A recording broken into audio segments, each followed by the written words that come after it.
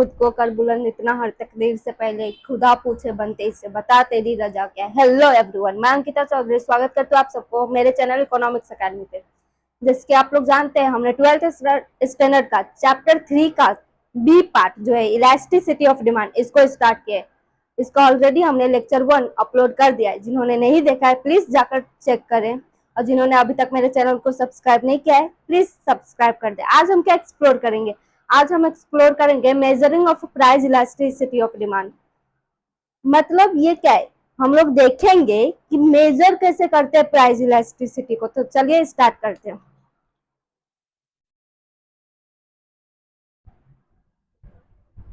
Measuring of price elasticity of demand. हमने last lecture में देखा क्या क्या कवर किया था। इलास्टिसिटी ऑफ डिमांड क्या होती है, फिर प्राइस इलास्टिसिटी का कितने टाइप्स की इलास्टिसिटी है, उसको कैसे मेजर करते हैं। आज हम देखेंगे कि मतलब इसको मेजर कैसे करते हैं, मतलब कितने मेथड्स है इसको मेजर करने के लिए। प्राइस इलास्टिसिटी ऑफ डिमांड को मेजर करने के लिए ना 3 मेथड्स है। फर्स्ट है रेशियो और percentage method.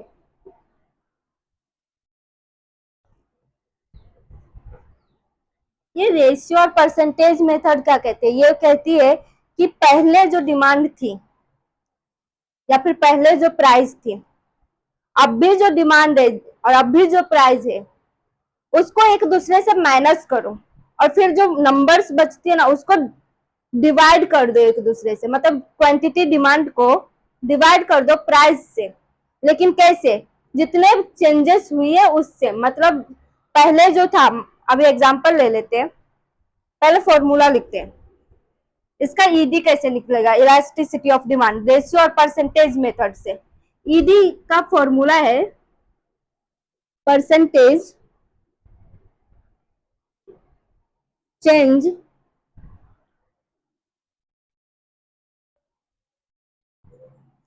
of quantity demanded upon percentage change in price of commodity. Price of commodity.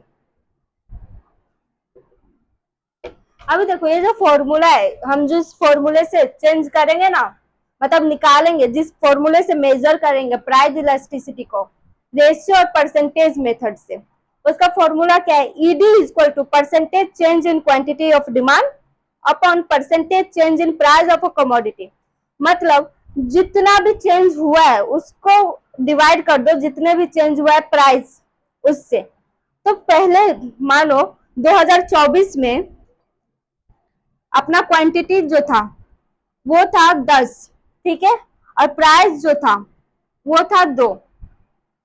लेकिन 2025 में अपना डिमांड जो है वो डिमांड हो गया है 20, और ये जो प्राइस है पहले था 4, अभी प्राइस जो है वो है 2। ओके, मतलब पहले क्वांटिटी 10 था, अभी 4 हुआ है। अभी प्राइस मतलब प्राइस 4 था, अभी क्वांटिटी 20 है, अभी प्राइस 2 है। तो इसको क्या करेंगे, हम इन दोनों को माइनस करेंगे और इन दोनों को माइनस करेंगे। इन दोनों को अगर 20 में से 10 गया तो 10 बचता है। फिर अगर 4 में से 2 गया तो आई मीन 2 में से 4 गया तो सॉरी, हाँ, 4 में से 2 गया तो क्या बचता है? 2। तभी अगर इन दोनों को डिवाइड करें 10/2 को तो आंसर क्या आता है? 5। तो ये जो है ना अपना ईडी होता है। ये इसी फॉर्मूले में हमने पुट किया। देखो परसेंटेज चेंज इन क्वांटिटी, मतलब 20 में से 10 को माइनस किया, 10 से अपना क्वांटिटी ज्यादा हो रही है, फिर अपना प्राइस 2 से ज्यादा हो रही है तो 2 लिखा, इन दोनों को डिवाइड कर दिया 5। ये होता है रेशियो और परसेंटेज मेथड। मतलब इसको निकालते कौन से मेथड, कौन से फॉर्मूले से, ED equal to percentage change in quantity demanded upon percentage change in price of a commodity. तो ये हो गया फर्स्ट मेथड। अभी हम लोग नेक्स्ट मेथड पढ़ेंगे।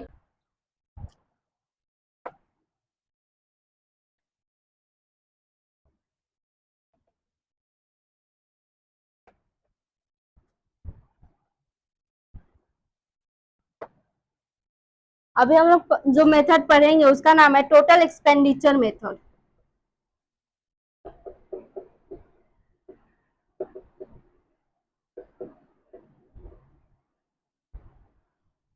हमने फर्स्ट पढ़ा रेशियो और परसेंटेज मेथड, उसका फॉर्मूला भी देखा। अभी हम देखेंगे टोटल एक्सपेंडिचर मेथड क्या होती है। टोटल एक्सपेंडिचर मेथड ना पहले वाले क्वांटिटी डिमांडेड को और प्राइस को मल्टीप्लाई करके, अभी वाले क्वांटिटी डिमांडेड को और प्राइस को मल्टीप्लाई करके ना कंपेयर करता है। मतलब पहले जो भी था क्वांटिटी डिमांडेड और अभी जो है उसको ना कंपेयर करने को टोटल एक्सपेंडिचर मेथड कहते हैं। इसका हम लोग ना पहले एक टेबल बनाते हैं फिर समझते हैं। इसका फॉर्मूला क्या है टोटल एक्सपेंडिचर का,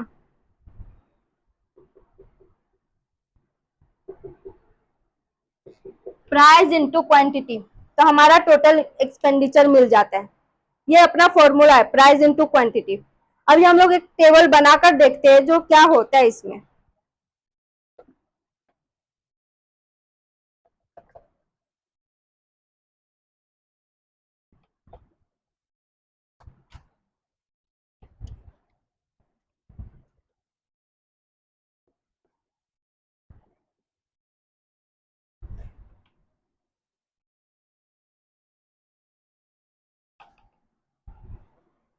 price of commodity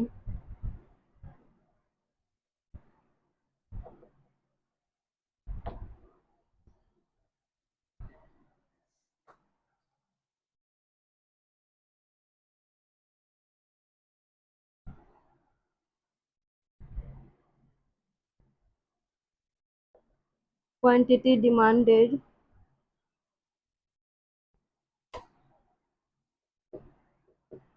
total outlay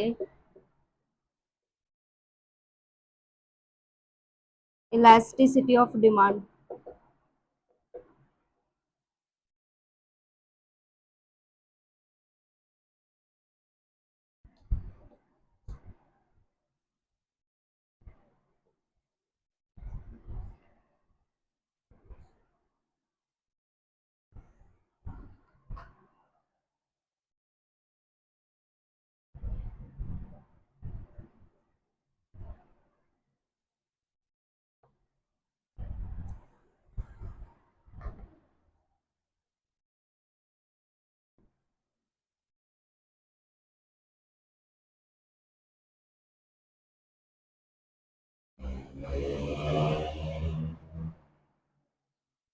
अभी देखो हमने एक प्राइस एज्यूम किया है। ये जो एबीसी लिखा है ना मैंने, ये एबीसी कुछ नहीं, एक कमोडिटी को एज्यूम किया है जो ये कमोडिटी है। और ये प्राइस जो है हमने एज्यूम किया है प्राइस ए। एक कमोडिटी में प्राइस पहले जो था वो 6 था, तो डिमांड कितना था 60।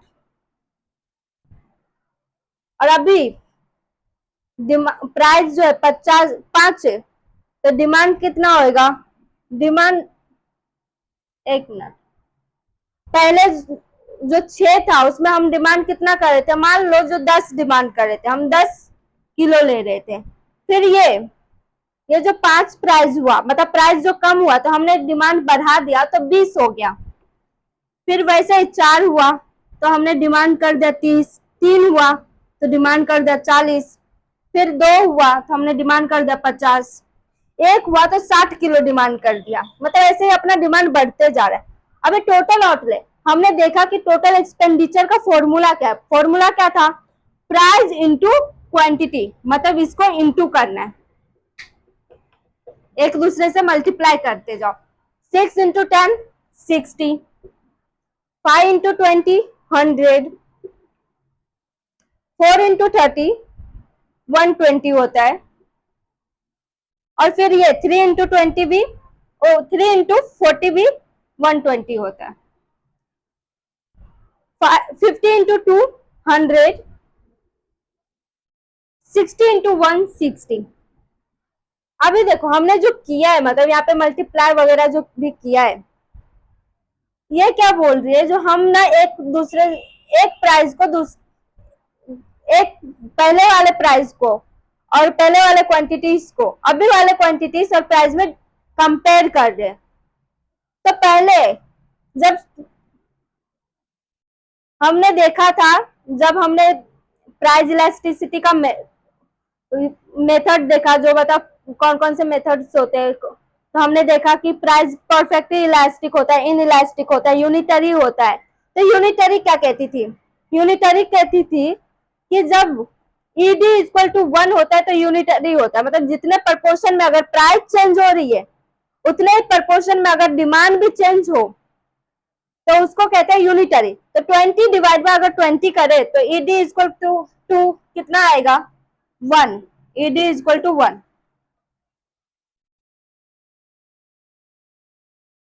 और फिर हमने देखा कि 60 डिवाइड बाय अगर 100 होता है तो ईडी अपना कितना आता है? ED equal to greater than 1 होता है।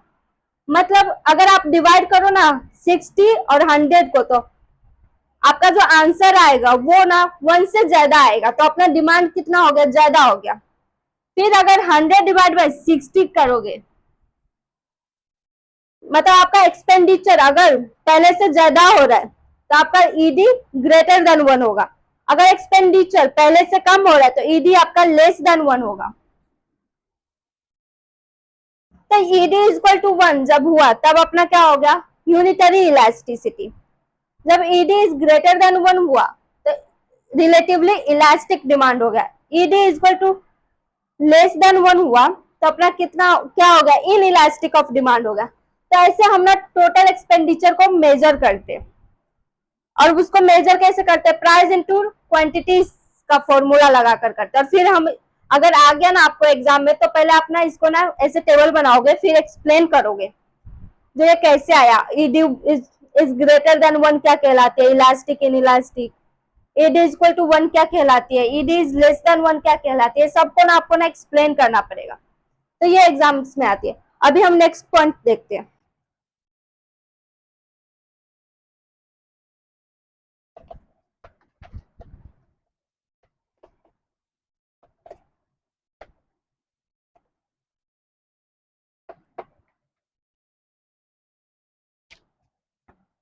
अभी थर्ड मेथड जो है वो है पॉइंट और geometric method.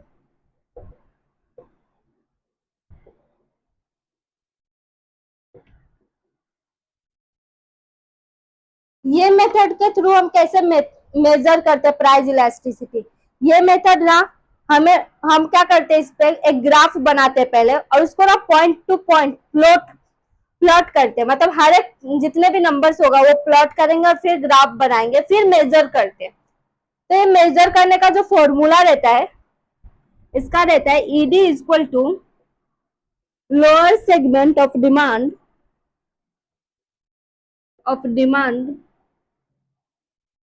Upon upper segment of demand.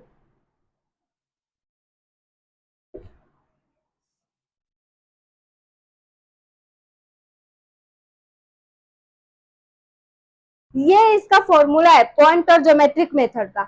हम जब निकालेंगे तो लोअर सेगमेंट को डिवाइड करेंगे अपर सेगमेंट के साथ। पहले इसका ना ग्राफ कैसे बनता है वो हम देख लेते हैं।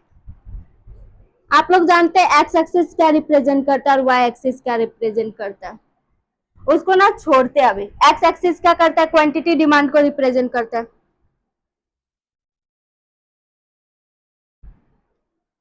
वाई एक्सिस प्राइस को रिप्रेजेंट करता है। तो अभी हम लोग ना देखते हैं जो कौन सा चीज कितना, मानो प्राइस इतना था हाई लेवल पे, तो अपना क्वांटिटी डिमांड इतना था, कम था, प्राइस ज्यादा था तो क्वांटिटी कम थी। फिर हमने देखा कि प्राइस इतना हो गया और अपना डिमांड इतना हो गया। फिर हमने देखा प्राइस इतना हुआ, क्वांटिटी डिमांडेड इतना हुआ। फिर देखा प्राइस कम हुआ, डिमांड बढ़ता गया। अभी इस पॉइंट को इस पॉइंट को और इस पॉइंट को ना ज्वाइन करते हैं। ये हैंड से मैंने फ्री हैंड बनाया है तो रॉन्ग हो सकता है, मतलब टेढ़ा मेढ़ा हो सकता है, रॉन्ग नहीं हो सकता, टेढ़ा मेढ़ा हो सकता है। तो हम क्या करते हैं, हम ना पहले एक पॉइंट को मेजर करते हैं, मतलब बीच वाला पॉइंट जो रहेगा ना, बीच वाला पॉइंट, उसको हम क्या करते हैं, इसको हम एज्यूम करते हैं जो ये अपना ईडी इक्वल टू 1 है।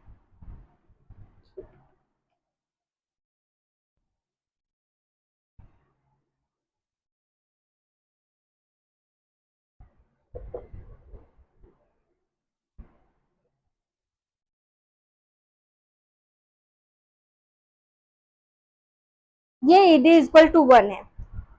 फिर हम ना देखते हैं कि धीरे धीरे क्या क्या बढ़ रही है। फिर हमने देखा कि इससे जो नीचे पॉइंट है ये ईडी इज लेस देन 1 होगा। फिर ये जो है ये ईडी इक्वल टू 0 है। ये पॉइंट ए और ये point B ED equal to 0 रहता है, point A ED equal to infinite रहता है। उसके बाद ED equal to greater than 1 रहता है। ऐसा हम ना एक एज्यूम कर लेते हैं जो ऐसा रहता होएगा।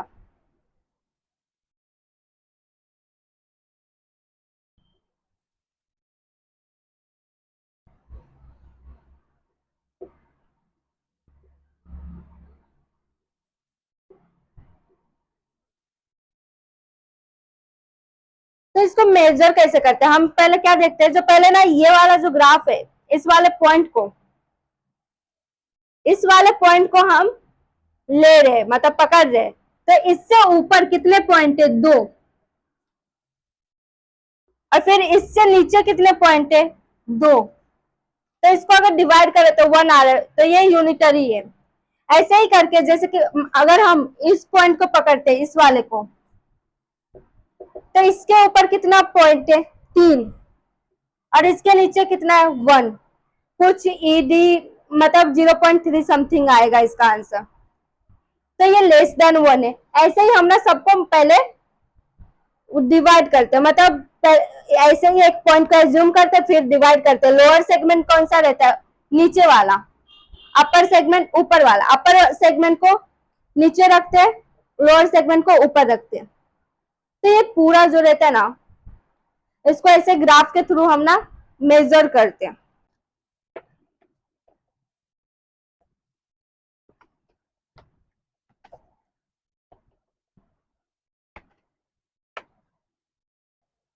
अभी तक हमने देखा कि मेजर कैसे करते हैं प्राइस इलास्टिसिटी को। अब हम देखेंगे कि इंपॉर्टेंस ऑफ इलास्टिसिटी क्या है।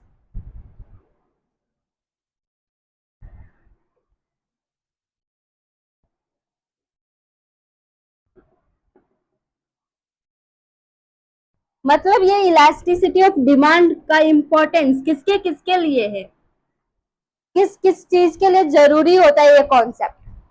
तो इसका फर्स्ट पॉइंट है इंपॉर्टेंस ऑफ प्रोड्यूसर। ये प्रोड्यूसर के लिए कैसे जरूरी होता है। अभी देखो प्रोड्यूसर क्या करते हैं, गुड्स को बनाती है, बट उसका प्राइस जब फिक्स करने का टाइम आता है ना, तब ये कॉन्सेप्ट उनकी हेल्प करती है। आपको पता है एक गुड्स होते हैं इलास्टिक, एक गुड्स होते हैं इन इलास्टिक। इन इलास्टिक कौन सी गुड्स होते हैं, इन इलास्टिक ऐसी गुड्स होती है जिसका डिमांड ना बहुत जरूरी होता है, मतलब अगर प्राइस ज्यादा भी कर दो आप तो वो डिमांड होगा ही होगा।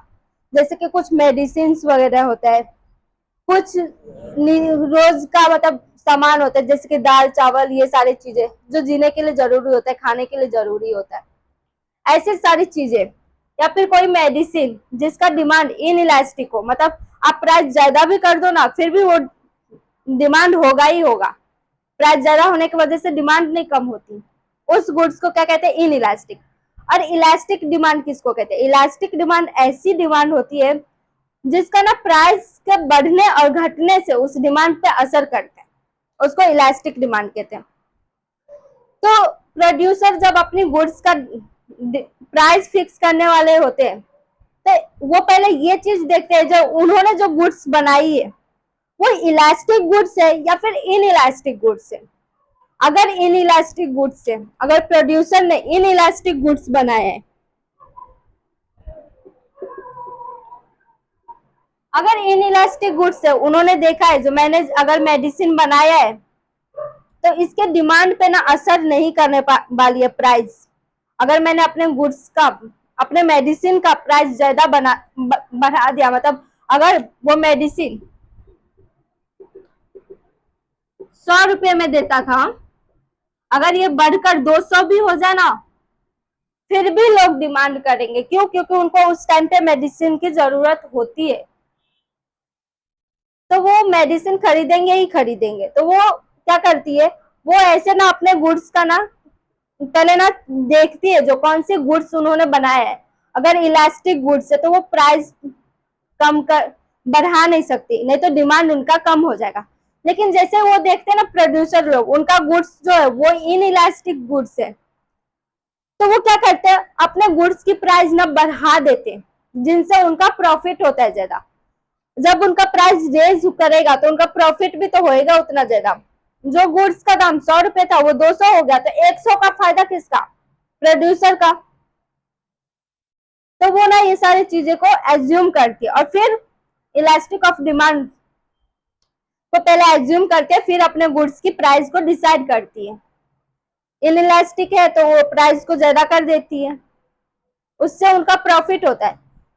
क्योंकि उस डिमांड, अगर इनइलास्टिक है, चावल दाल ऐसे गुड्स को प्रोड्यूस कर रहा है प्रोड्यूसर, तो अगर प्राइस ज्यादा भी किया तो डिमांड होगा ही होगा, क्योंकि इनइलास्टिक है, डिमांड कम ही नहीं करेंगे कंज्यूमर, उनके लाइफ के लिए वो चीज जरूरत है। तो ऐसे प्रोड्यूसर को हेल्प करती है इलास्टिसिटी ऑफ डिमांड प्राइस को डिसाइड करने में। फिर सेकेंड पॉइंट है इंपॉर्टेंस ऑफ गवर्नमेंट। गवर्नमेंट की कैसी हेल्प करती है प्रोड्यूस, मतलब इलास्टिसिटी ऑफ डिमांड।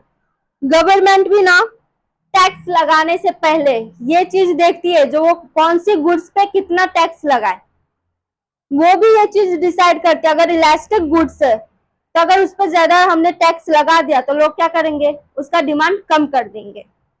अगर इन इलास्टिक गुड्स है, अगर मैंने टैक्स लगाया और प्राइस ज्यादा भी हो गई तो भी लोग डिमांड करेंगे ही करेंगे। तो वो क्या करते हैं गवर्नमेंट, गवर्नमेंट भी ना इन इलास्टिक गुड्स पे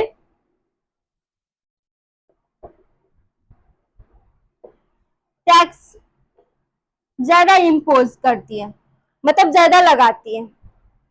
तो ये गवर्नमेंट को भी इलास्टिसिटी ऑफ डिमांड कॉन्सेप्ट जो है वो इम्पोर्टेंट रखते हैं गवर्नमेंट के पॉइंट ऑफ व्यू से। जब वो टैक्स को इम्पोज करने की बारी आती है, जब टैक्स लगाने की बारी आती है, तो कौन से गुड्स पे कितना टैक्स लगाए, ये चीज देखने के लिए। अभी हम लोग नेक्स्ट पॉइंट पढ़ते हैं।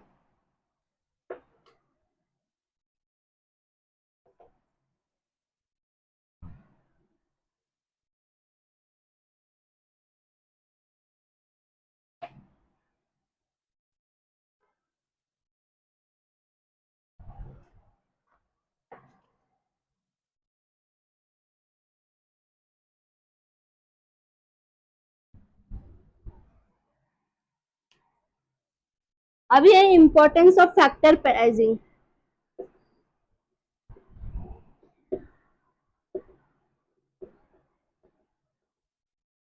ये फैक्टर प्राइसिंग पे भी इम्पैक्ट पड़ता है इलास्टिसिटी ऑफ डिमांड का। अभी देखो फैक्टर प्राइसिंग जैसे कि ले लो, फैक्टर्स ऑफ प्रोडक्शन का जो प्राइस रहता है वो डिसाइड करने में ना ये चीज मदद करती है इलास्टिसिटी ऑफ डिमांड। अगर कोई एक लैंड है, समझ लो लैंड, जिसका रेंट ज्यादा है, अगर इसका कोई सब्सटीट्यूट ही नहीं है तो हम क्या करेंगे, उसको ज्यादा रेंट पे भी लेंगे।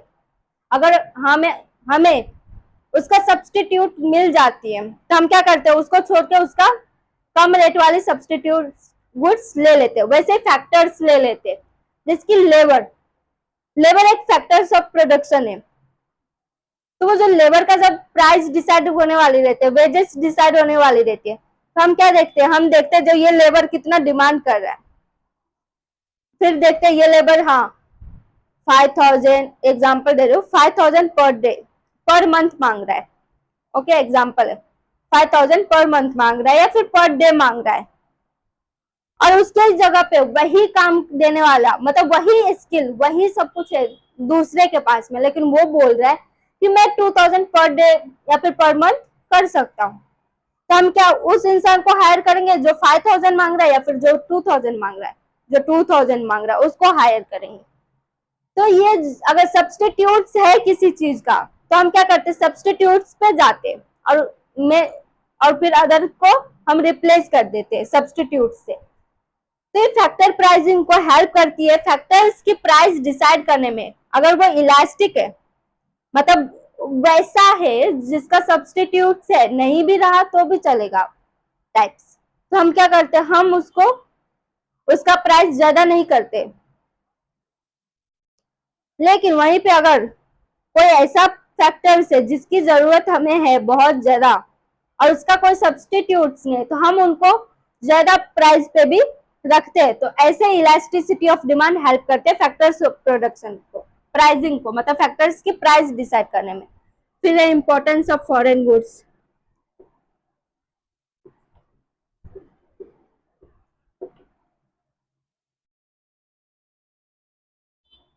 फॉरेन ट्रेड, अब ये फॉरेन ट्रेड को कैसे हेल्प करती है इलास्टिसिटी ऑफ डिमांड? ऐसे बहुत सारे चीजें होती है जो मतलब बहुत ही रेयर बेसिस पे हमको मिलती है, वो ना फॉरेन ट्रेड में भी आती है। जैसे कि देखो पेट्रोल वगैरह, वो हमारे देश में नहीं होती, हम कहीं और से मंगवाते हैं, इंपोर्ट करते हैं अपने देश में, तो ये होगा फॉरेन ट्रेड, क्योंकि हम अदर कंट्री से अपने कंट्री में इंपोर्ट कर रहे हो वो गुड्स को। तो अगर गवर्नमेंट, ये फॉरेन ट्रेड में ये होता है, जो अगर गवर्नमेंट पेट्रोल का दाम ज्यादा भी कर दे तो हम लेंगे ही, क्यों? क्योंकि गाड़ी नहीं चलेगी उसके अलावा किसी और चीज से। तो पेट्रोल का जो ऑर्गेनाइजेशन है, वो ऑर्गेनाइजेशन क्या करती है, इस पे ना ज्यादा से ज्यादा इंपोर्ट टैक्स, एक्सपोर्ट टैक्स, ये सारी चीजें ना लगा देती है, जिससे उनका डिमांड तो उतना का उतना ही रहता है। क्यों? क्योंकि उनके पास में ही सिर्फ ये चीज है, हमारे पास में नहीं है,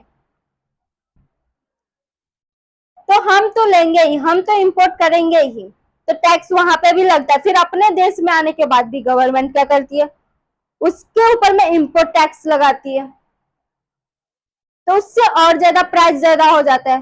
प्राइस ज्यादा होने के कारण गवर्नमेंट की भी फायदा होती है, और वो कंपनी, वो जो ऑर्गेनाइजेशन है, उनको भी फायदा होती है। तो क्योंकि पेट्रोल एक इन इलास्टिक गुड्स है, बिकॉज उसका कोई सब्सटीट्यूट्स नहीं है, उसका सिर्फ वही इलाज है। मतलब गाड़ी को चलाना है तो आपको पेट्रोल डीजल ये सब चाहिए ही चाहिए। तो वो जो प्राइस डिसाइड करने का काम आती है ना, वो डिसाइड करने के लिए, इंपोर्ट और एक्सपोर्ट्स में टैक्स लगाने के लिए इलास्टिसिटी ऑफ डिमांड हेल्प करती है फॉरेन ट्रेड में। अभी नेक्स्ट है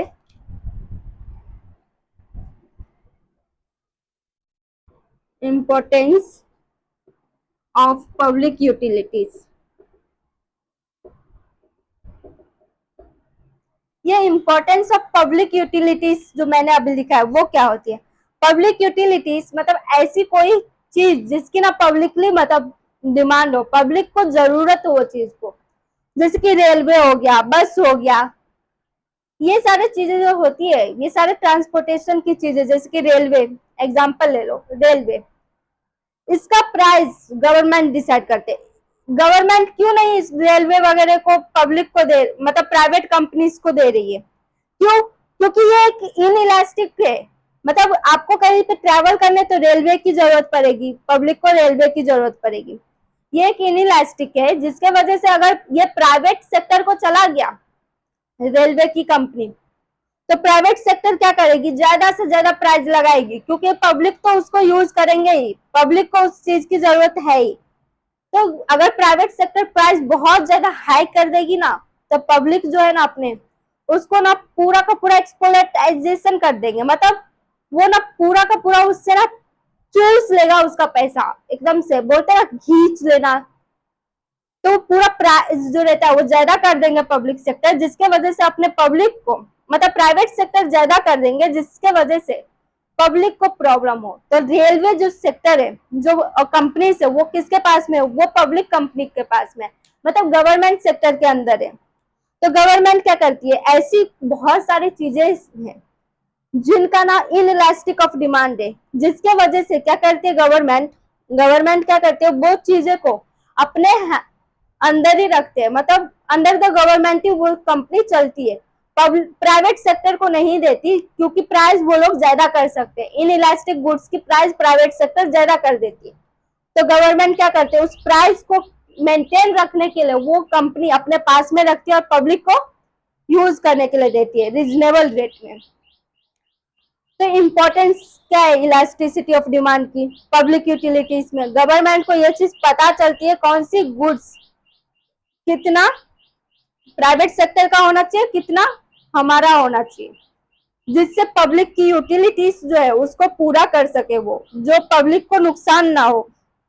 ये सारे चीजें को डिसाइड करने में importance elasticity of demand help करते हैं गवर्नमेंट की। अभी एक और है इम्पोर्टेंस ऑफ